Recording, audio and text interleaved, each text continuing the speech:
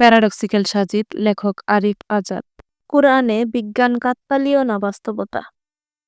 দেবাশিস বলল, ধর্মগ্রন্থগুলোর মধ্যে বিজ্ঞান খোঁজা আর আমাজন জঙ্গলে রেড ইন্ডিয়াদের মধ্যে সভ্যতা খোঁজা একই ব্যাপার।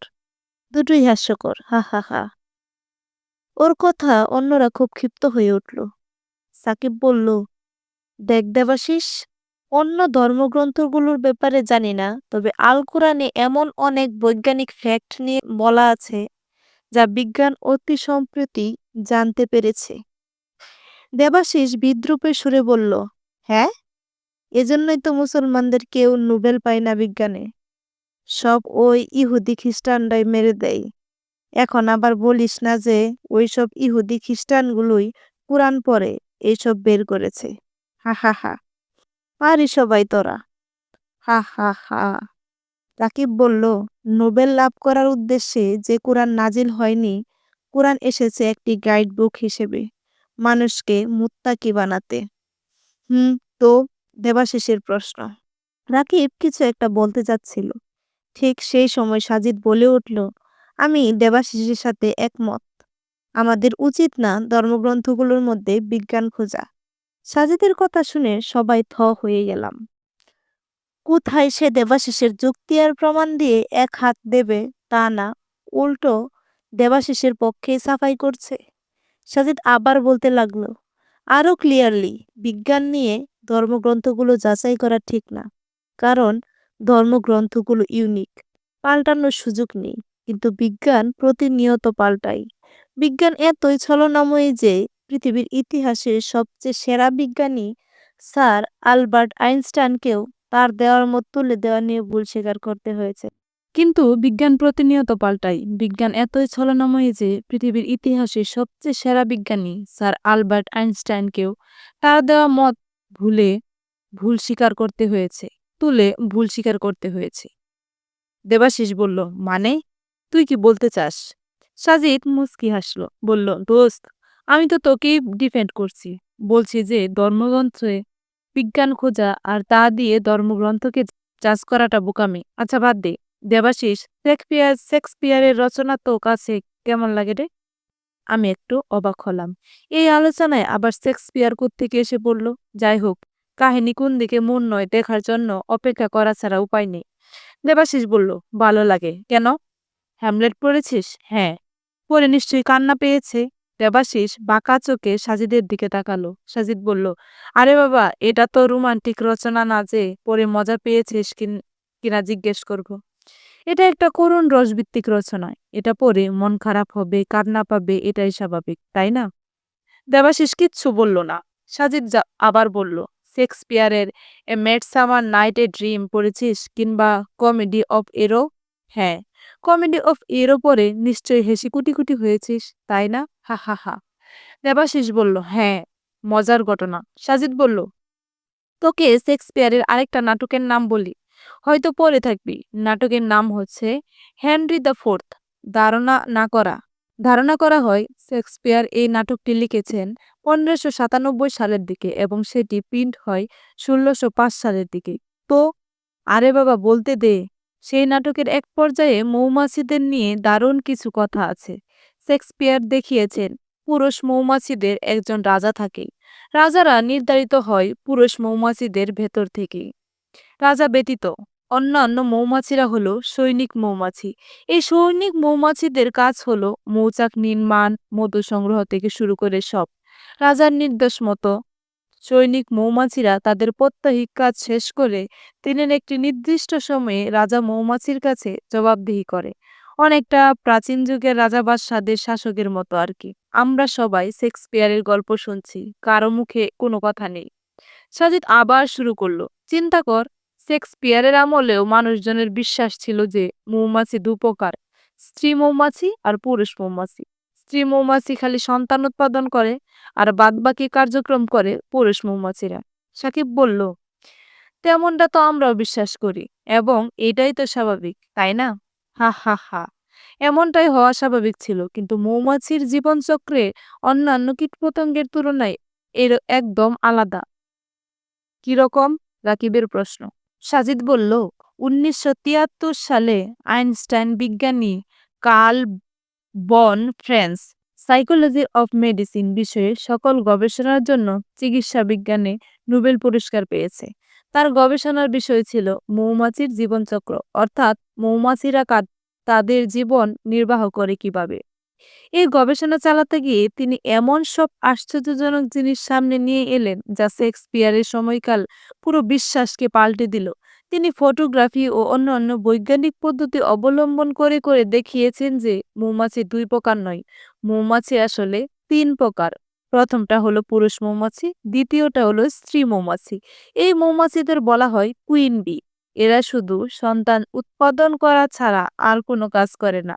এই দুই প্রকার ছাড়াও আরো এক প্রকার মৌমাছি আছে। লিঙ্গভেদে এরা স্ত্রী মৌমাছি, তবে একটু ভিন্ন। কিরকম? দেবাশিস প্রশ্ন করল। আমরা জানি পুরুষ মৌমাছিরাই মৌচাক নির্মাণ থেকে শুরু করে মধু সংগ্রহ সব করে থাকে, কিন্তু এই ধারণা ভুল। পুরুষ মৌমাছি শুধু একটি কাজ করে, আর তা হলো কেবল রানী মৌমাছিদের প্রজনন প্রক্রিয়ায় সহায়তা করা, মানে সন্তান উৎপাদনে সহায়তা করা। এই কাজ ছাড়া পুরুষ মৌমাছিরা আর কোনো কাজ নেই। তাহলে মৌচাক নির্মাণ থেকে শুরু করে বাকি কাজ কারা করে? রাকিব জিজ্ঞেস করলো। হ্যাঁ, তৃতীয় প্রকার মৌমাছিরাই বাদবাকি সব কাজ করে থাকে। লিঙ্গভেদে এরাও স্ত্রী মৌমাছি, কিন্তু প্রাকৃতিকভাবে এরা সন্তান জন্মদানে অক্ষম। সোজা কথায় এদের বন্দা বলা হয়।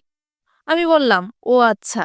সাজিদ আবার বলতে লাগলো, বিজ্ঞানী কার্ল বন ফ্রেন্স এ বিষয়ে শ্রেণীর স্ত্রী মৌমাছিদের নাম দিয়েছে ওয়ার্কার বি বা কর্মী মৌমাছি।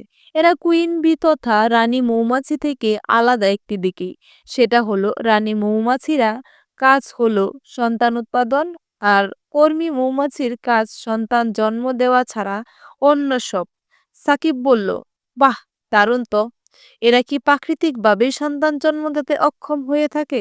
হ্যাঁ, আরো মজার ব্যাপার আছে। বিজ্ঞানী কার্ল বন ফ্রেন্স আরো প্রমাণ করেছে যে এসব কর্মী মৌমাছিরা যখন ফুল থেকে রস সংগ্রহে বের হয় তখন তারা খুব অদ্ভুত একটি কাজ করে। সেটা হলো, ধরো কোনো কর্মী মৌমাছি কোনো এক জায়গায় ফুলের উদ্যানে সন্ধান পেল, সেখানে রস সংগ্রহ করা যাবে। তখন ওই মৌমাছিটি তার অন্য সঙ্গীদের এই ফুল উৎপাদন সম্পর্কে খবর দেয়। মৌমাছিটি ঠিক যেভাবে বলে সেভাবেই পথ দিয়ে ওই উদ্যানে গিয়েছিল। মানে অ্যাটাক্সড যে পথে যে উদ্যানের সন্ধান পায়, সে পথের কথাই অন্যদের বলে।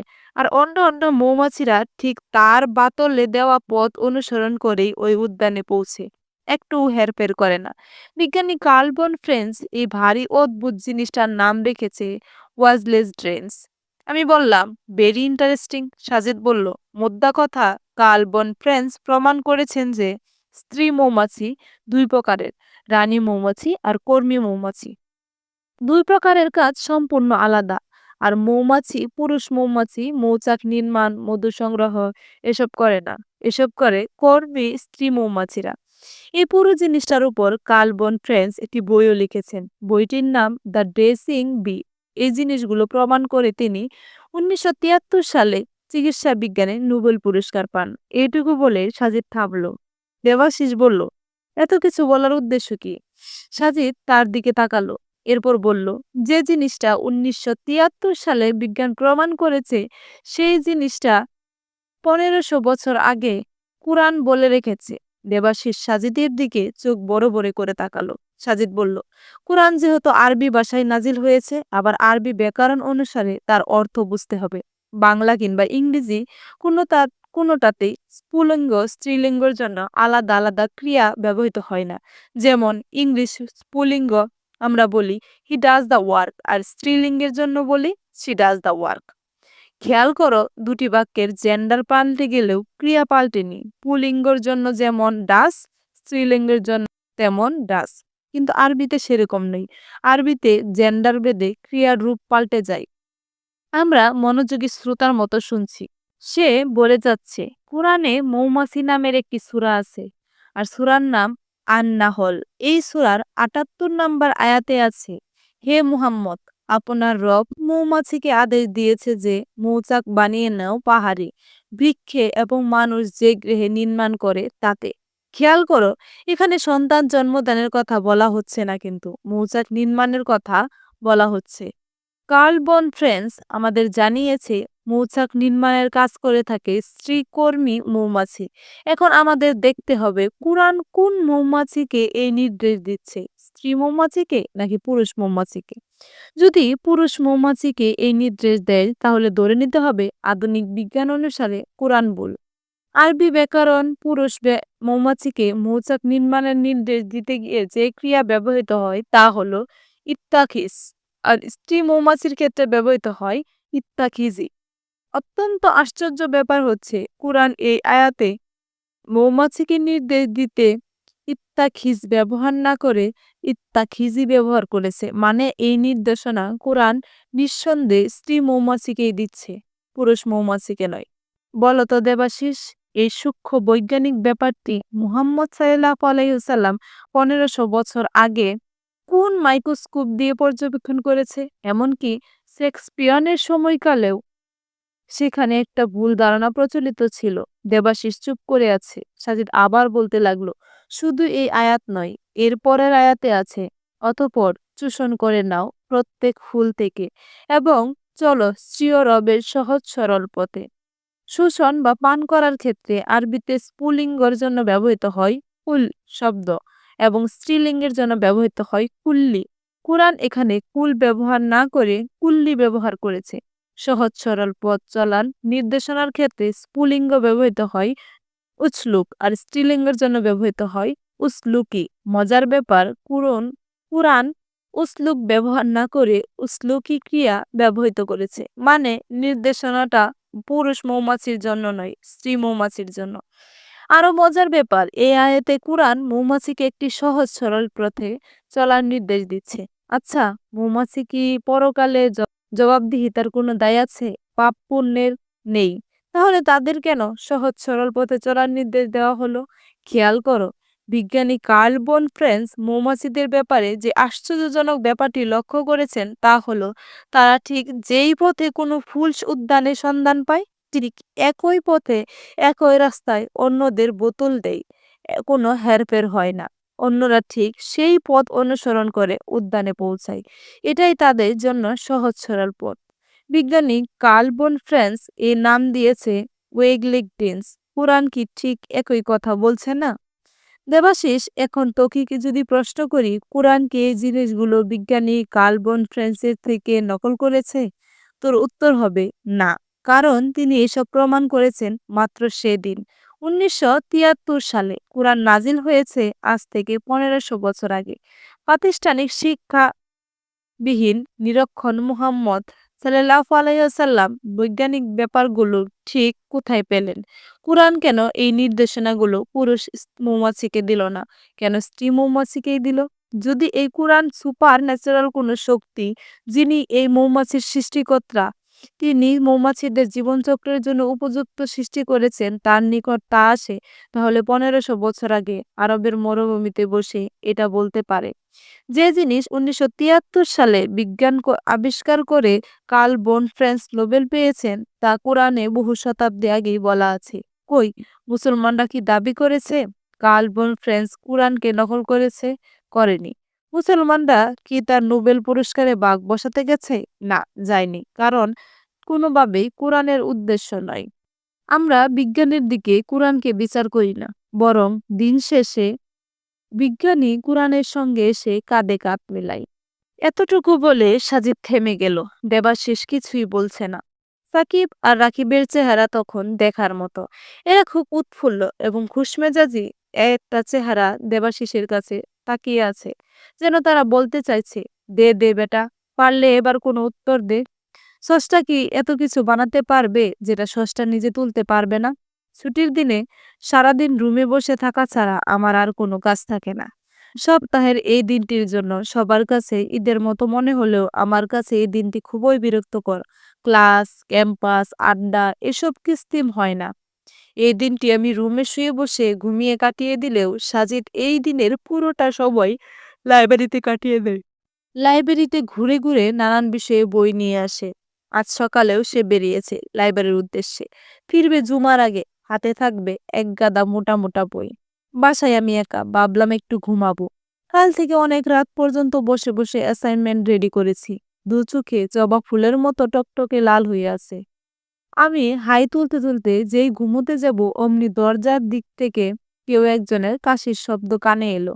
গাড় ঘুরিয়ে সেদিকে তাকিয়ে দেখলাম একজোড়া বড় বড় চোখ চশমার ভিতর দিয়ে আমার দিকে তাকিয়ে আছে।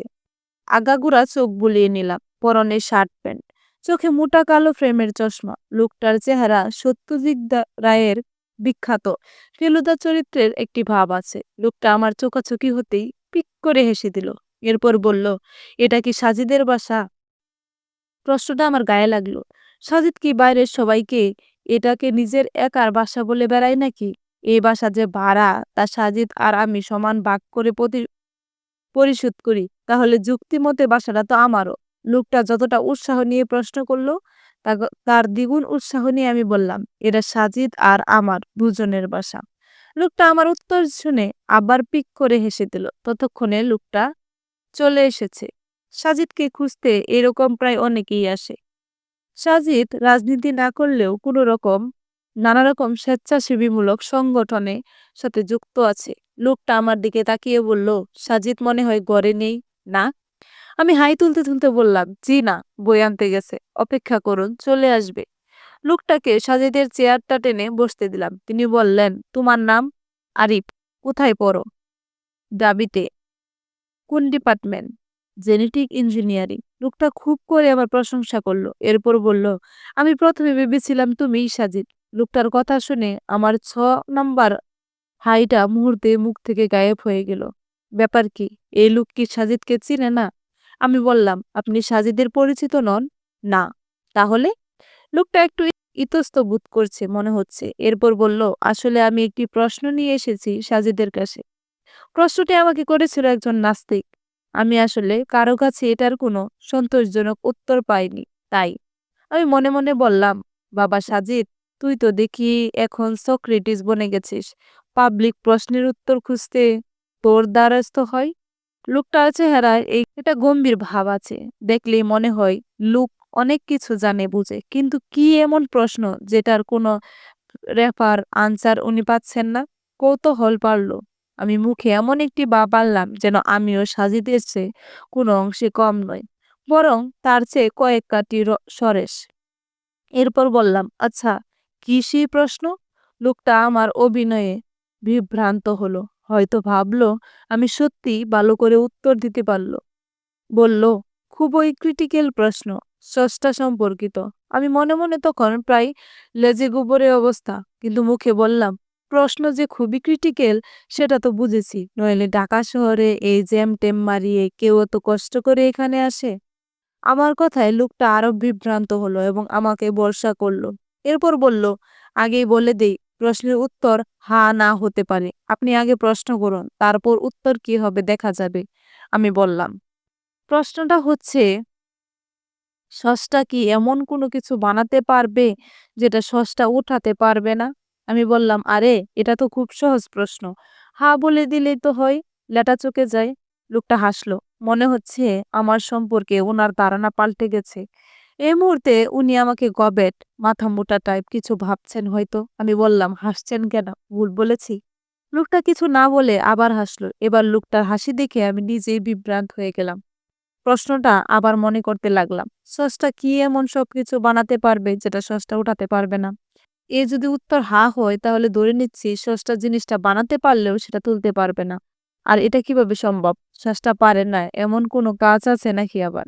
আর একটা জিনিস উঠানো কি এমন কঠিন কাজ যা সসটা পারবে না? আবার চিন্তা করতে লাগলাম, যদি উত্তর না হয় তাহলে ধরে নিচ্ছি যে সসটা জিনিসটা উঠাতে পারলেও বানাতে পারবে না। ওয়াল্লাহ, কি বিপদ! সসটা বানাতে পারবে না, এটা কিভাবে সম্ভব? হ্যাঁ বললেও আটকে যাচ্ছি, না বললেও আটকে যাচ্ছি। লোকটা আমার চেহারার অস্থিরতা ধরে ফেললো। মুচকি মুচকি হাসতে শুরু করলো। আমি ভাবছি তো ভাবছি। একটু পরে সাজিদ এলো। সে আসার পর লোকটার সাথে তার প্রাথমিক আলাপ শেষ হলো। এর মাঝে লোকটা সাজিদকে বলে দিয়েছে আমি প্রশ্নটার পেছে কিরকম নাকানি চুবানি খেলাম সেটা। সাজিদ আমার দিকে তাকিয়ে কিছুক্ষণ হেসে নিল। এরপর সাজিদ তার খাটে বসলো। হাতে একটি কাগজের ঠুঙ্গার মধ্যে বুট বাজা বাইরে থেকে কিনে এনেছে। সে বুটের ঠুঙ্গাটা লোকটার দিকে ধরে বলল, নিন, এখনো গরম আছে।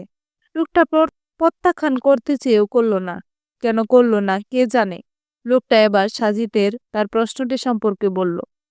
প্রশ্নটি হলো, প্রশ্নটি আগামী পর্বে আসবে।